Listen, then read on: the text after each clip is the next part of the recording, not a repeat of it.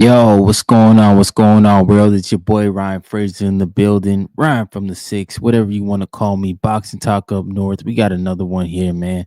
And I'm gonna talk about it, man. Boots Ennis for Stanionis is among us. Apparently they're finalizing the deal for April in Atlantic City, New Jersey. Shout out to Atlantic City. We haven't had a big fight in Atlantic City for a while, so they bringing boxing back, bringing Boots Ennis and Stanionis there, and let's get into it, man. Let's talk a little bit about it. Finally, Jaron Boots Ennis is getting the unification belt that he's been begging for since he left Showtime, pretty much around this time last year. He went over the matchroom and he made his intentions very clear that he wanted to undispute at 147. Even when we were all calling for him to fight Terrence Crawford, who we knew was on his way out, going up to 54, we thought, hey, Boots Ennis needs to get a title shot. Anyways, Terrence Crawford leaves the division. Boots Ennis is elevated to champion, and we think that okay, now he's gonna get the big fights. Well, we weren't very impressed. He got Karen, and he got Karen twice, and then David Avanesian because his fight with Cody Crowley had fell out. Anyways, Boots Ennis is finally in the unification bout. He's finally taking care of business. After getting offered the Verge Ortiz fight and turning it down and saying he's staying his path of going undisputed at 147, we were kind of discouraged. We're like, man, what's Boots doing? Like, we feel like he can get in there and hang with the big boys, but we thought he was ducking smoke. Nah, they stay in the course, man. They doing what they got to do. They doing what they set out to do, and I respect that. So sometime in April, we'll see Stanionis, Boots Ennis, Jaron Ennis in the ring, fighting for a unification belt for the WBA and IBF titles. I'm excited because, as you know, Jaron Ennis has held that IBF title, so he's been doing the rehydration clause the whole time. We'll get to see him now without that clause in and see if he can rehydrate, if he looks better. Stanionis himself, he ain't no easy like customer, man. Stanionis probably has the better resume than Jaron Ennis right now. It's gonna be Jaron Ennis' toughest fight by far. So let's take a look at the box rec, man. Take a look at these guys. I'm rooting for Jaron Ennis. I want to see him win a unification. I want to see him do everything that he says he wants to do because we need Jaron Boots Ennis to move up in the sport. We need him to get to 54 and really challenge some of these guys at 54, where I think he'll be more optimal too. I think he'll be better at 54. So as we know, his record is 33 and 0, 29 KOs. And we just look at Jaron Boots Ennis' record. It's not very like it ain't jumping off the page, man. It's not very appealing, but we understand what we're looking at. His talent wise is why we're so high on Boots Ennis. What we see in the ring. He makes guys look a certain way. He stopped most of his competition, through 33 fights. And that means something, man, because I think he's only like, I don't even think he's 30. Yeah, see, he's 27 years old. He's got 33 fights, man. You think he's probably gonna box another, I don't know, 5 to 8 years, maybe even 10. If he's like Crawford. He can probably hit. He can probably, if he runs the gauntlet well and does well, he can probably hit that 50 and 0. Maybe. And that's crazy to think about. But yeah, he's got wins over Karen, like I said, twice. David Avanesian, Roman Villa, Castillo Clayton, Thomas Delorme, Sergey Lipinets, and Malian Stanionis will be definitely his brightest name by far. Former champion, a guy who's also in his own right been in the ring with some guys who are tough. And it's really not an easy fight, man. Boots Ennis could lose. He got hit a lot in his last fight, and a lot of people were concerned about that, including myself. But I understood what he was trying to do. He was trying to get a stoppage. I felt like he was trying to put on a magnificent performance for the city of Philadelphia. And I really don't understand if Eddie Hearn is moving this fight to Atlantic City for that reason. Okay, I don't want Boots to try to do too much in Philly because I feel like in that arena, Wells Fargo, they probably sell more tickets in there than you will in Atlantic City. It's a unification belt, has more implications. So you're thinking like he's going to go back to Philly with the big belt and, give his fans really, really something to go ahead and scream for, Yeah. right? But we'll have to see, man. We'll see where he goes next with it. Um, I, I don't really care. I'm just happy Boots is getting the unification. Let's take a look at Stanionis' record. He's done impressive as well. He's another guy who benefited from Terrence Crawford leaving the division in the sense of he was elevated to full champion. You know, a lot of these guys were elevated. He's 15-0, 9 KOs.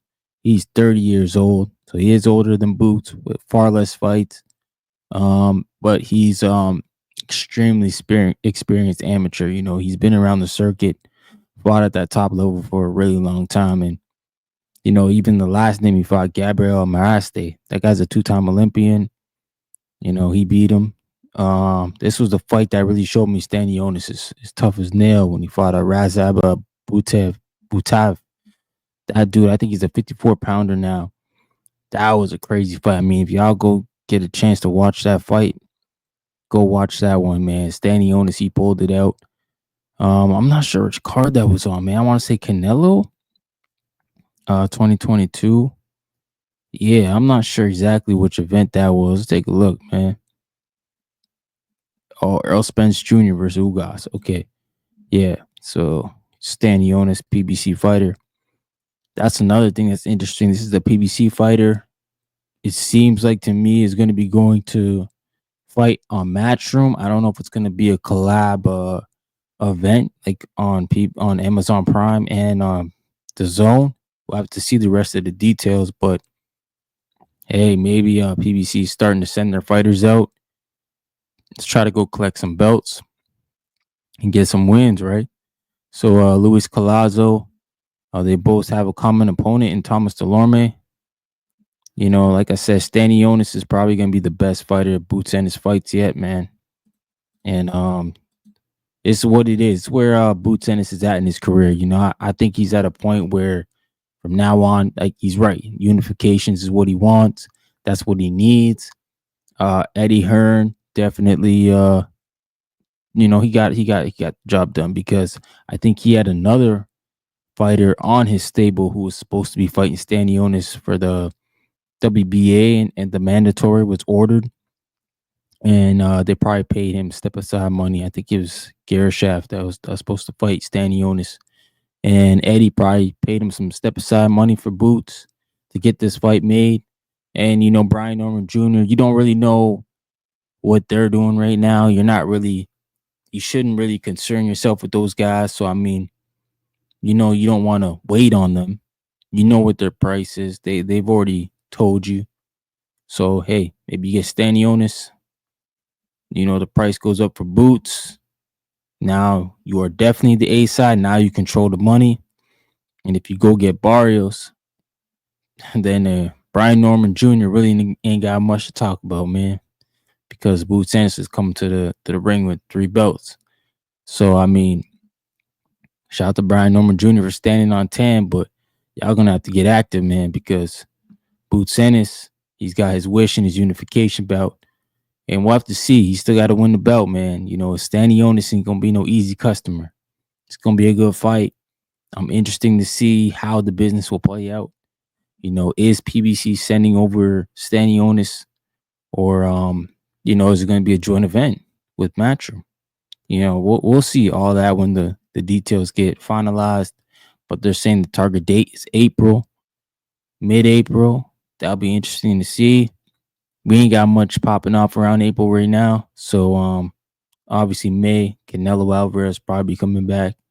So April, hopefully that's Jerron Boots Ennis month. Stanionis first unification belt for both men. And yeah, we'll see who wins, man. And 147 can get the trains moving. Also in news, as I was just skimming through, and make sure y'all join the Discord, man. I will put the link in the description of this video. You can go see when I'm going live. You can see when I'm pulling up videos or shorts. and everything. And we just talking there sometimes too, man, about boxing news that's going on. Got a good group of people in there, so just join the Discord. And when I go live, you'll know. And if you want to join the live with me, just go into one of the Discord rooms with the voice, and I'll pull you up on stage, man, and we'll talk some boxing. You know what I'm saying? Uh, yeah, man. The other news that I saw that was pretty disappointing, but I think there's something bigger going on, man. Jermall Charlo will not be returning, man. I know a lot of people were expecting to see him on the Tank undercard, fighting against Thomas Lamana, Cornflake. But the fight is off, man, and it's a little concerning. I don't know if it's there's an issue there with Jamal still mentally, with the struggles, or if it's a Al Heyman or PBC issue. But there's something going on there with Jermall Charlo. Obviously he has fights that he still owes us, in my opinion. I mean, Demetrius Andre still calling him out. Caleb Plant. We know the backstory with that. Smacked him in the hallway. So he has two fights right there where he can make good money on.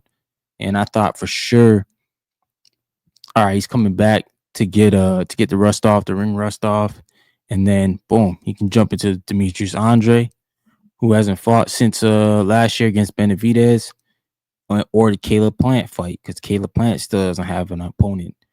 And I thought that'd be a great main event for both guys. They have a backstory, they got history. And same with Demetrius Andre too. Like, he's got history with the Charlos, calling them out.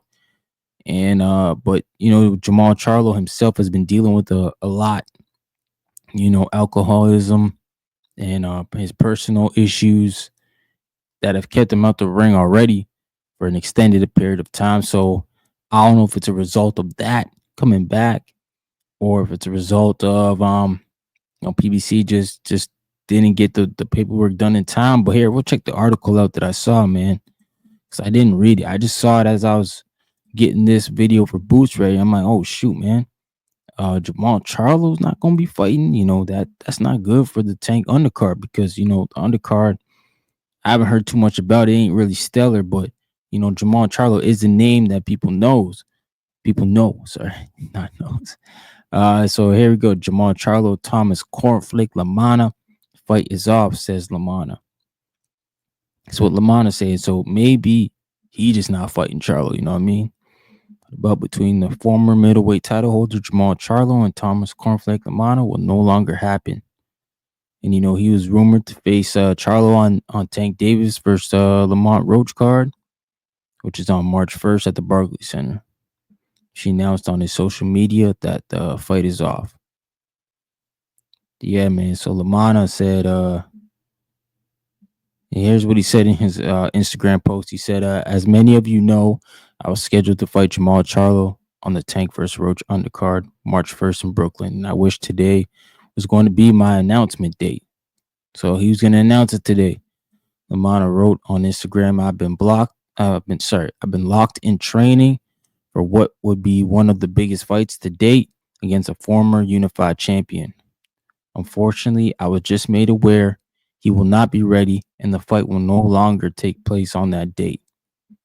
All right, man. So it looks like Jermall Charlo will not be ready to fight, and that raises questions like if he's okay or what's going on again. Has he relapsed? Is it something bigger than all of us know, or something new? But I'm just praying for Jermall Charlo, man. He's been going through it for the last couple years here. He's had a rough go.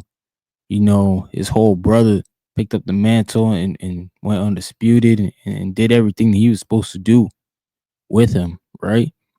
But life's hard, man, and hopefully Jermall Charlo can pick it up and keep going, man. But wish him nothing but the best. But make sure y'all smash the like button. Like I said, join the Discord, join the discussion, and hopefully we can get you on the show. I go live, try to go live twice a week. But yeah, man, Boots Ennis unification, Jermall Charlo fights off. That's the big news, man. But y'all could check me out, subscribe, like, and share. Peace.